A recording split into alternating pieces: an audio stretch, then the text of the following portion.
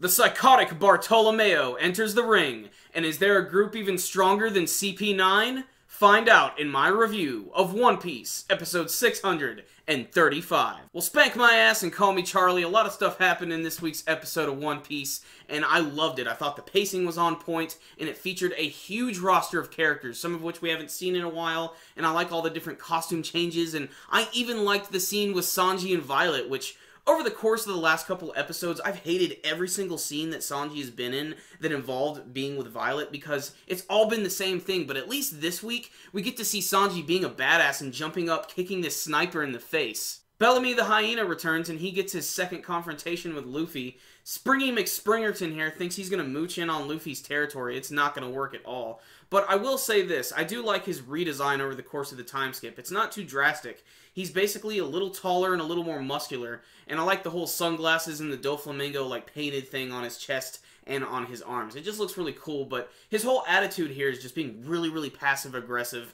He doesn't really have any big plans for the Flare fruit, but he's obviously doing this for Doflamingo because he sees him as like his pirate hero, and he sort of just walks off. But we also learn that like over the course of the time skip that he actually went to Skypiea, and Luffy asks, did he mess with the people? And Bellamy pretty much just responds with, maybe, maybe not, maybe fuck yourself. There's a great scene where Law and the group are discussing how they're going to do the drop-off for Caesar Clown, and they're building up these big creatures which are known as fighting fish, which this one waiter describes as basically fish with horns that will just mess your shit up. And I can't wait to see them because if there's one thing the One Piece series does really well, it's create really awesome, fantastical giant monsters. And so does Toriko. I really need to start making some more Toriko videos.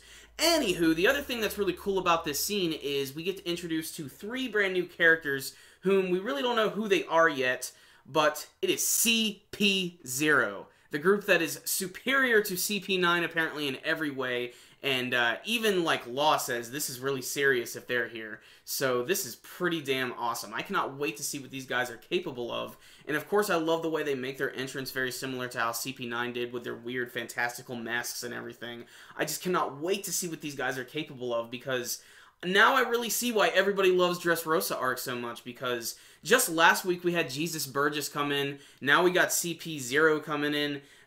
Who knows what's going to happen, and of course there's Bartolomeo, but we'll get to that in a second. Believe it or not, Zoro actually catches that weird fairy thing and gets his sword back, but we actually don't get to see what the fairy weird creature thing is, but Zoro looks pretty damn shocked when he sees it. Speaking of swordsmen, Kinemon is still running around the city screaming for his friend Kanjuro when he's accosted from the extras from the Road Warrior. It's that one guy who has like the spikes all over his head, and apparently they all get him at gunpoint and they say, we know where Kanjuro is, but you're gonna have to come with us, Top Knot. One of the weirdest scenes this week is on the Straw Hat ship where Nami, Momonosuke, Chopper, and Brook are hanging out and just goofing off, and if you want a little bit of Nami fan service, here it is for y'all on a frickin' silver platter. And I just want to say that Chopper in camouflage is just hard-ass and adorable at the same time. I approve. That's really awesome. And if you wanted to hear a really weird song from Brook, you're gonna get it this week too, whether you like it or not. And guess what? It's about his typical favorite subject. Death. Zombies. You get the shtick. But what's really weird about this scene is all of a sudden in the cabin, there's all this weird noise going on, and when they open it up, all I can really describe it is as just a big acid trip. Everything just looks really cartoony and super just bright and just really incoherent. I really don't know what to make of this scene at all. I am confused as all hell. In the last scene of the episode, we were formally introduced to Bartolomeo, who is essentially just a sociopath. The guy's fucking insane. He actually gets his revenge against that one Navy guy, and I'm presuming he actually kills him, and he's actually in the next fight, and he walks out into the ring, and they're introducing him, and they're talking about how notorious he is, and how he's just completely batshit insane, and he's just a psycho killer, and he just calls himself a pirate at the same time. So, he's insane. He's basically the dark side of the One Piece world, the way they described him. And I really can't wait to see what his powers are going to be or what his fighting style is going to be, because they really haven't given us any hint to it. He just looks like a freaking hard-ass. He looks just so metal and awesome, and he's just another one of the crazy characters in this Dressrosa arc. So this was an awesome episode of One Piece. I really loved the pacing. I loved all the new characters that are being introduced. I'm really intrigued to see what Bartolomeo's powers are going to be. CP0 really sort of steals the show for me, though. but still just so many awesome things here. I can't wait to even see the fighting fish. That's going to be badass. So, really great episode, pretty good artwork. When there was animation, like the scene where Zoro was actually running up the buildings and trying to catch the ferry, that was pretty good. Sanji's big kick scene was really awesome.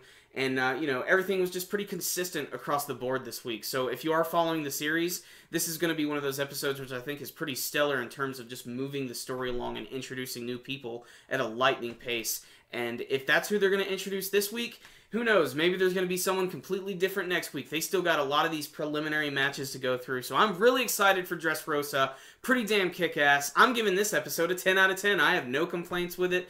And that surprises me because it actually featured a scene with Sanji and Violet.